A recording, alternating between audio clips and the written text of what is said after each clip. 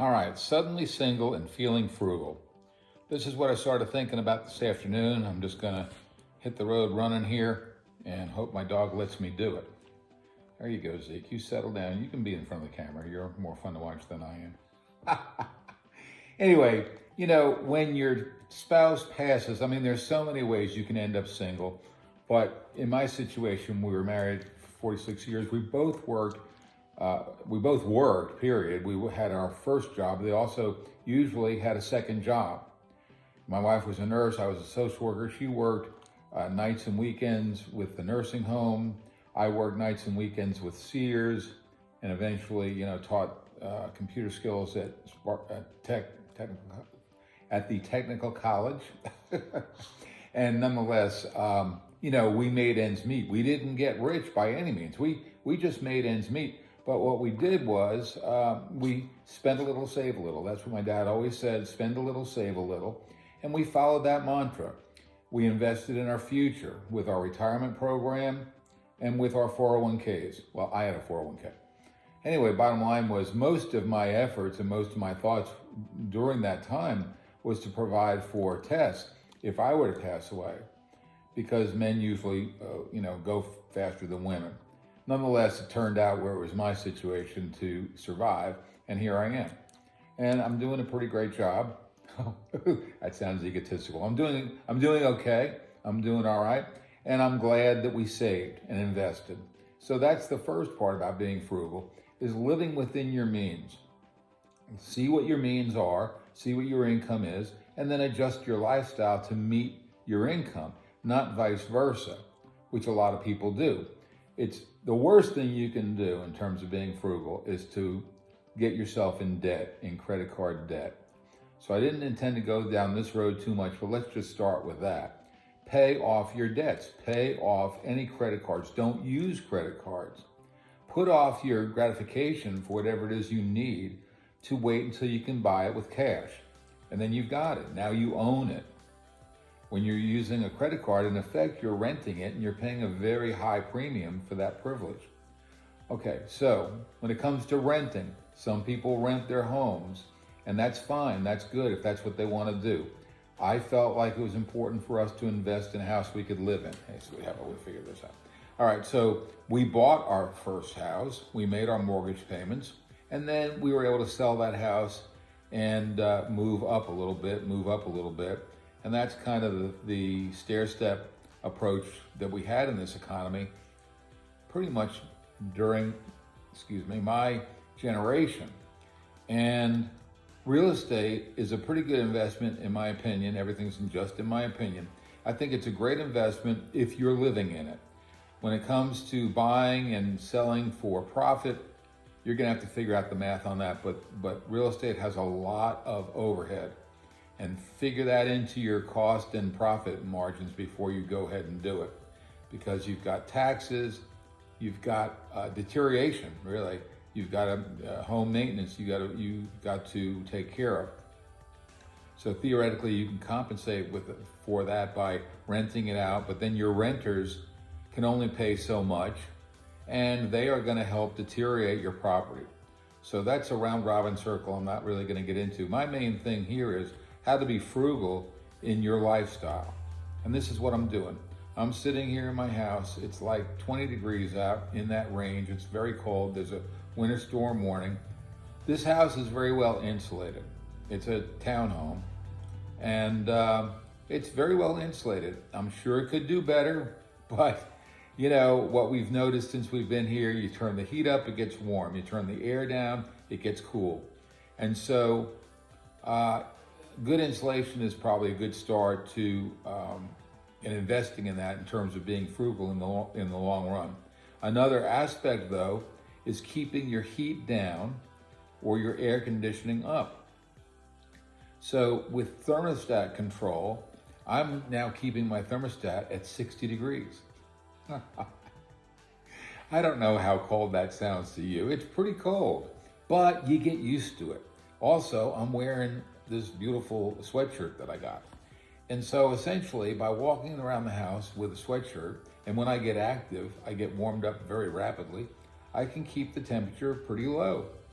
And I haven't done the calculations, I'm sure it can be done, but the difference between 60 and let's say 72, which is where we would keep it, or even a little warmer, is quite a difference in terms of your electric or gas consumption. So I'm doing that. My gas bill, I go on that easy monthly payment thing. I think they've got that around $85 a month, but I'm hitting around the 50s at this point, maybe even a little less. And so my point being, they'll adjust that and then my monthly bill will go down next year. And so that's fine. So my point is, regulate your thermostat. Don't stay cozy warm and don't stay, breezy cool, if you can help it, if you can stand it. And the way to do that is to simply adjust to it, I think, adjust to it. We just went through a hurricane and I think that was great practice. During the hurricane, we had no electricity. Some people could not use their gas furnace or their gas heater because it had an electric component. So you learned to live without. You figured out ways to minimize your needs because you didn't have access to those basics of electricity and gas. All right, so the other part of this being single is I can deal with my own comfort level and I can experiment and I can be like I feel like now. I'm kind of camping out. I have a beautiful home and like I said, well insulated, but it's not extravagant by any means, but it's big enough for me and it's small enough for me and my little doggy here. And so that in itself keeps your utility bills down and your taxes. And by paying off a mortgage, that keeps your monthly expenses down. My biggest expense right now is my HOA, and that will probably keep going up. The other biggest expense would be insurance and the taxes, and those things will probably go up. So the irony of it is, you're never completely debt-free. You're always going to owe somebody something. So just keep that in mind when you're allocating your monies, that you need to have some in reserve for just those basic necessities. Okay, so food, clothing, shelter, entertainment, and travel. Okay, so we'll throw in the car. Another quick lesson I learned was that we both had a car for years. We leased our cars. Now, people can debate that and you can do the math on it. Is it better to buy a car outright or is it better to lease it? In my experience, leasing was great. Why? Because you have a minimum amount of money you're putting into it. You're making a monthly payment. That payment is fixed. And then at the end of your lease period, you still have the option to buy it. So you're not out of the market. And that's exactly what I did. I bought my CRV. It's a great car. I put very little mileage on it. It's in good shape. And now I own it. So I did go from the leasing routine to the owning routine. And now I'm going to keep it because I feel like having a reliable gas car is a good idea to have. I'm going to turn this in case that's a little too bright. It's a good idea to have a gasoline car these days because first off, I have an electric car. I love it. It's the best car I ever had. It cost me almost nothing to drive, and that's the irony of it. I mean, I'm leasing it, but my down payment covered it where I have no monthly payments. And I don't have to buy gas. I already said I think my electric bill is less than $100 a month. That includes the EV. I'm doing great. Okay, but I have the two cars. At first, I thought I'd sell a car, and hey, Mom, we're going to sell the car, and that way we'll save money on insurance and whatever. No, it doesn't work that way. You find out that's one of the first lessons of life. Two is cheaper than one, or at least as cheap.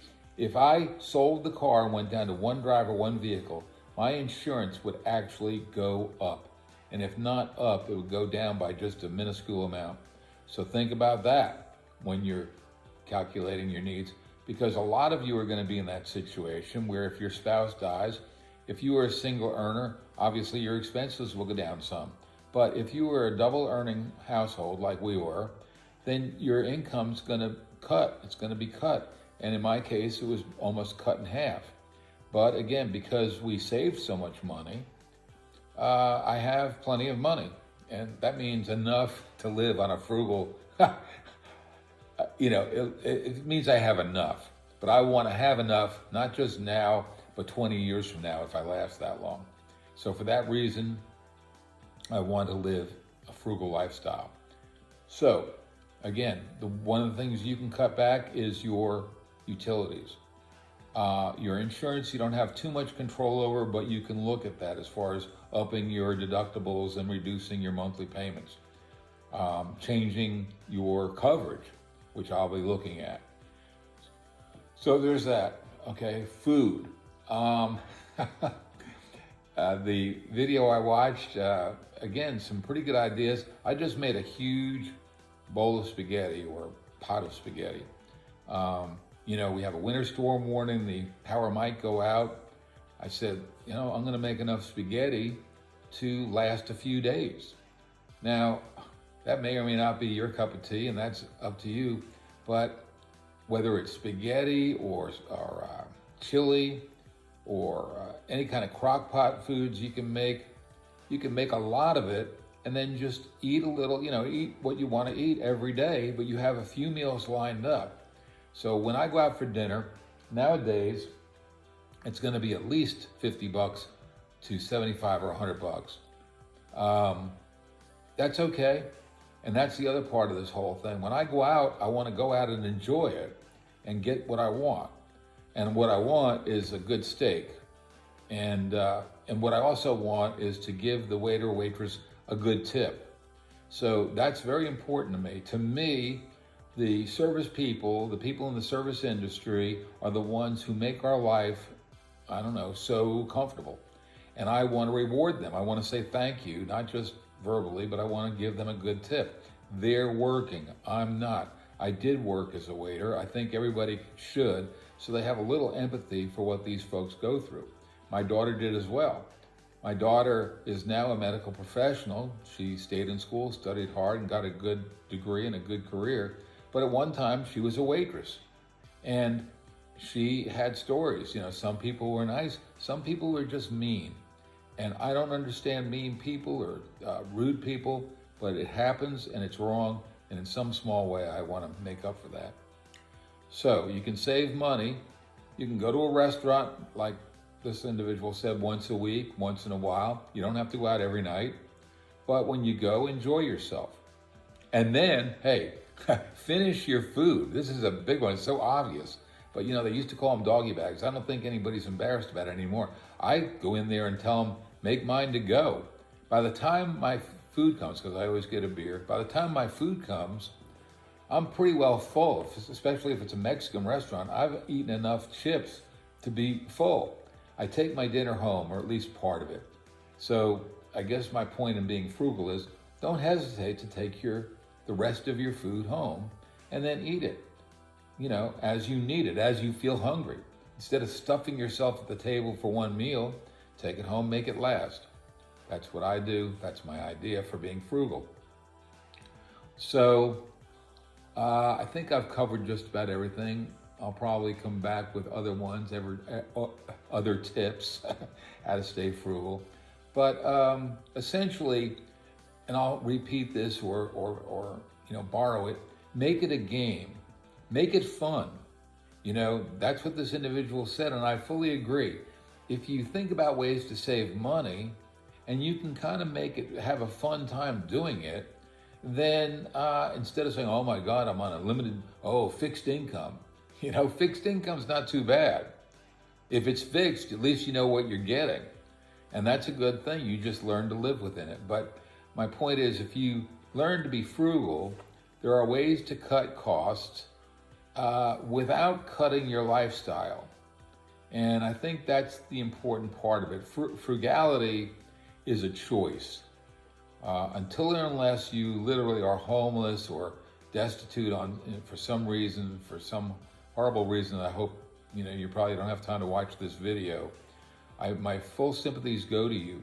But if you're kind of an average guy like I am and just trying to make ends meet, look at it as kind of a game. Where and how can I save money? And then do it and see the results of your efforts.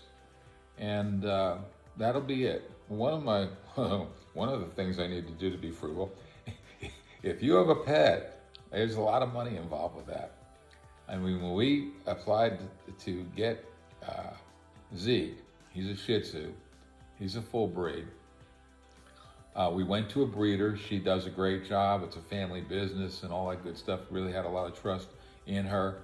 Got a quality dog for a quality price. We didn't pay any $5,000 or anything, but it was in the $1,000 range. And then your monthly expenses with a dog can add up as well. And I'm figuring, I don't know, $200 a month maybe, because grooming alone is $100. So there are elements of taking care of your dog that you owe them to give them a good living. But keep it in mind, it also represents an expense. If you can do it, do it. If you can't, think about it before you walk into it and take it on, because once you take this puppy into your life and into your heart, you belong together. You're not going to just say, well, you're too much for me. So calculate that into your budgets. And I think that's all I'm going to say is, what did I say? Suddenly single and feeling frugal. Enjoy your life, enjoy your income, what you have of it, and make the most use of it. And bye-bye for now.